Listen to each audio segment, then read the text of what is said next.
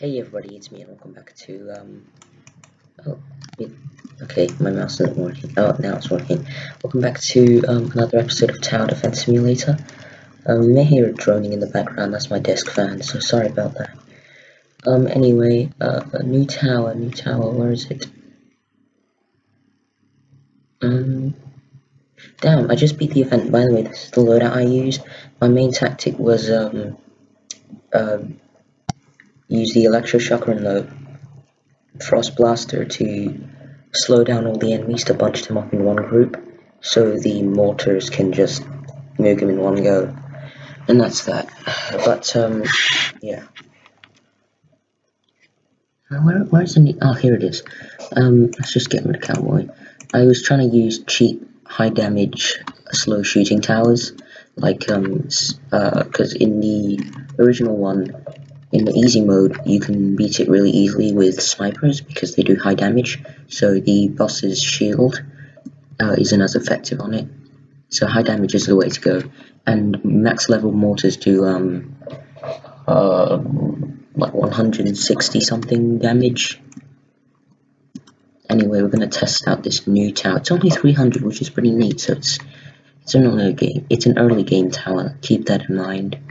Probably just gonna hop in here. I'm gonna cut ahead until the timer's done and people join me. Okay, we're in a game, but some weird glitch sent me to a different map. Hold on, there's something on my screen. Sorry about that. Okay, this is awkward. I forgot to bring farm. All my chat towers are cheap, so it shouldn't matter. Let's go golden. That's the entrance. We'll place a swarmer. Let's go up close. Why not?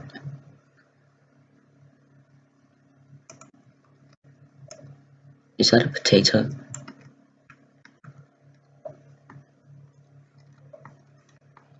Oh, it's a wasp's nest.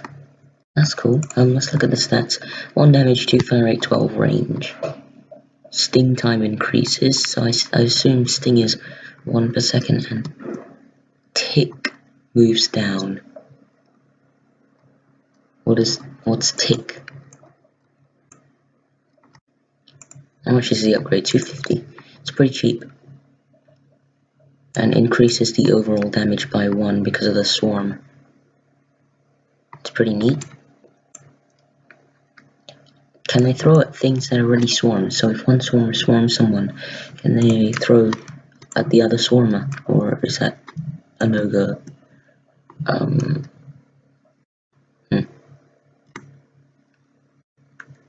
Is my volume on? Hold up. I can't click the settings because my face cam's in the way. That sucks. Pretty sure it's on there. Alright, let's just head up the next wave. Oh, it is on. It's just really low. Improved handling, just more range. He gets a cool hat and beekeeper's mask.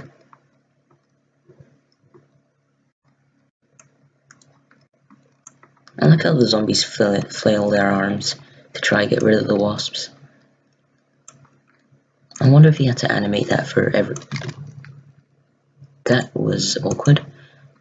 I wonder if he had to animate that for every thing. Sorry, I'm not used to this new video recording software just yet. It's all coming back to me. I got rid of my last one because everything was way too glitchy. My computer's not that good either, so turning on facecam will probably add a bunch of lag. But anyway, for the time being, it's back.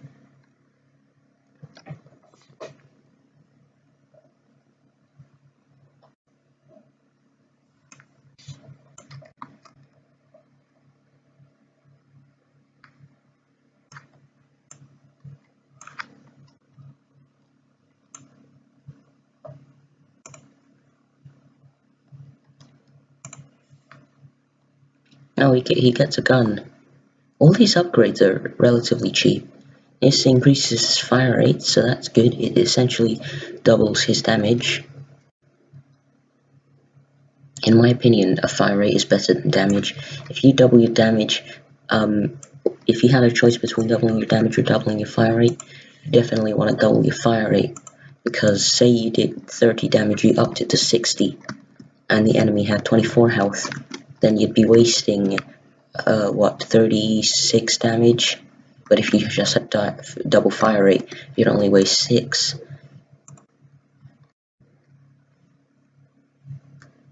But you know, damage is good too, especially on high enemies.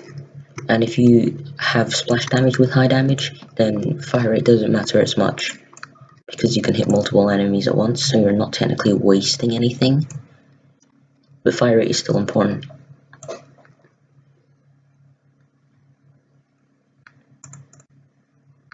Anyway, yeah, he gets a bunch of range later upgrades.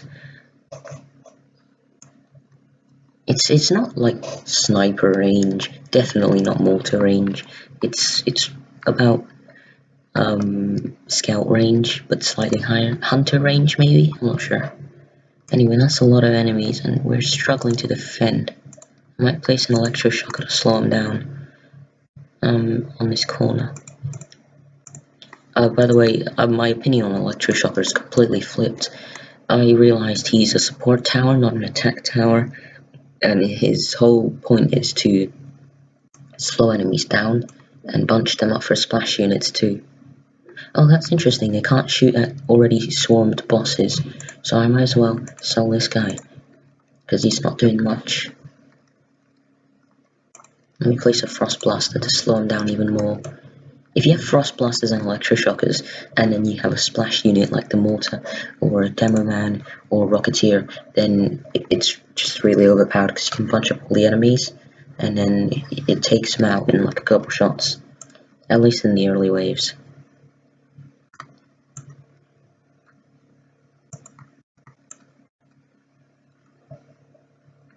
Actually, no, I do need 2, because there's loads of enemies. Anyway, that's interesting to note. They can't shoot already swarmed enemies, but the bees will probably kill them. Now, the sting time increasing is both good and bad, because it means they can't hit them as much, but they also take more damage over time. I'd recommend you have them spaced out, because if they're too close, then you just end up stinging the same enemies. Oh, the bees slow them down. Oh wait, no, that's just a boss, never mind. Forget I said that.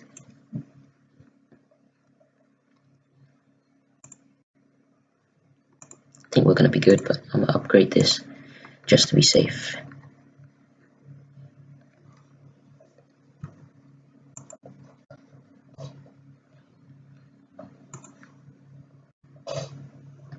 Anyway, the Electroshocker and the Frost Blaster are really similar.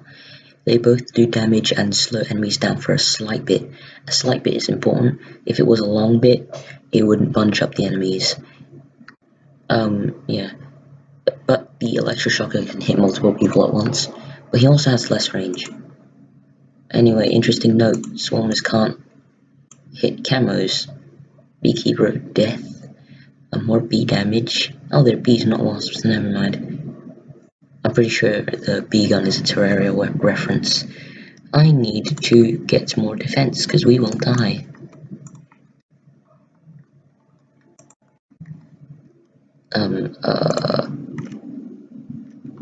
Never mind,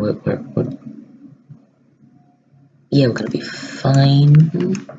Yeah, we're gonna be fine. We're gonna lose loads of that health though, but we're gonna be okay. What does this do? Oh, it throws a bee bomb. Stings everyone in the area. Interesting note. Okay then, I'm gonna place a mortar so I can actually make use of my slowdown towers.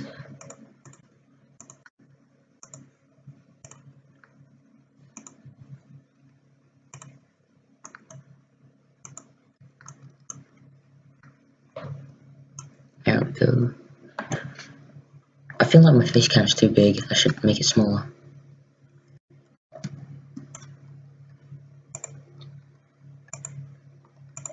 Oh, damn it, I can't.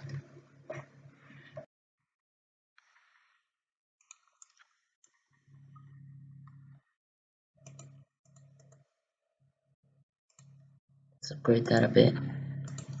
That only increases the damage of the electroshocker slightly. But you want the next upgrade, which does more stuff. This is becoming like multiple showcases in one. But these towers are pretty old, so there's no point showcasing them. You already know what to do. Nice. Just clip that bit of range. I want to get Beekeeper of Death, because I don't know what it does.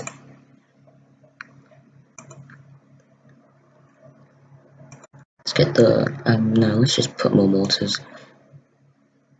I want them to be out of range of the Beekeeper though, so I can just focus to see what the Beekeeper does by himself, which is why I've kind of sectioned him off at the front. I didn't put him too close though, because I'd waste range.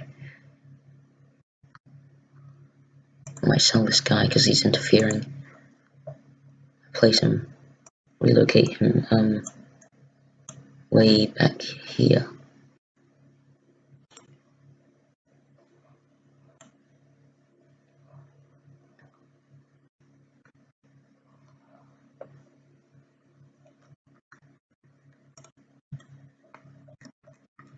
Alright, we seem to be doing good. This guy's pretty cool. He's got his jeeps, minigunners. He's farming, so he should help us later on. I hope he doesn't place anything up here, so I can fully showcase the Swarmer by its own. Oh cool, so the ability can hit the ninjas, but not the actual thing. So he can't shoot the ninjas no matter what his level, but his ability can target the hiddens. That's a good note. Okay, now we have Beekeeper of Death. See what he does. It's just more range, better fire rate. It's pretty good fire rate now. So it quadruples his fire rate from the very start, if you count all these things. And his range is pretty good now. Wasted a bit, because it's clipped off the entrance. But it still sections him off from the rest of the towers, which is better for the showcase.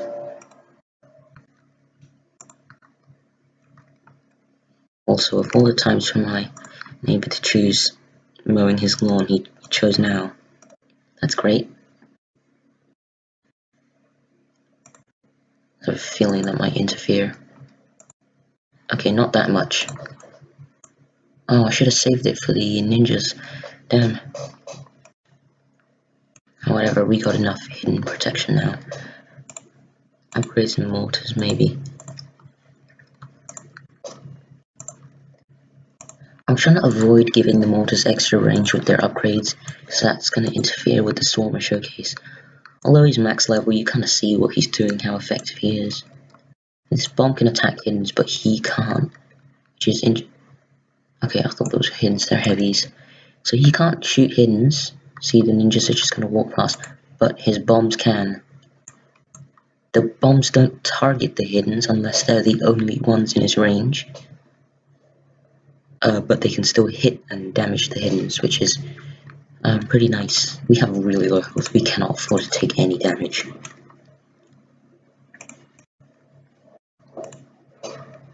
Wait, I wonder if there's a Beekeeper limit.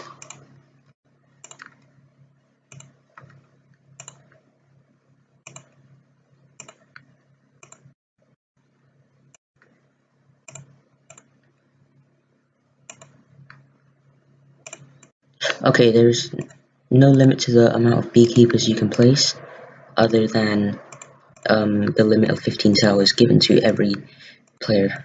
But that's for every tower, so it doesn't really count. I think I'm gonna get another one of these here. Upgrade this guy. Electroshock is okay if you have loads of explosive towers, but it's not that good on its own, so do note it's a support tower, not its own thing. Oh, this guy has the bomb now. Let's use, it did nothing. Oh, no, okay, cool. If you save the bomb, if you use the bomb, and there's no enemies in range, he waits for an enemy to get into his range, then uses it. So you can kind of pre-charge it. See, if I have this on the next enemy that comes, I'll have a bomb thrown at him.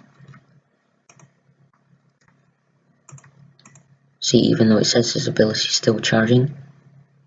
Oh, never mind, I guess it's only within a certain time. That's so weird. This is a new tower and don't know what to expect. Everything's a bit peculiar still. Wow, it zaps that far? Forget about what I said about this guy's range. Oh, we lost, and I have to mute this because it's copyrighted. I didn't see that. Anyway, thanks for watching, and I'll see you in the next one. Peace out.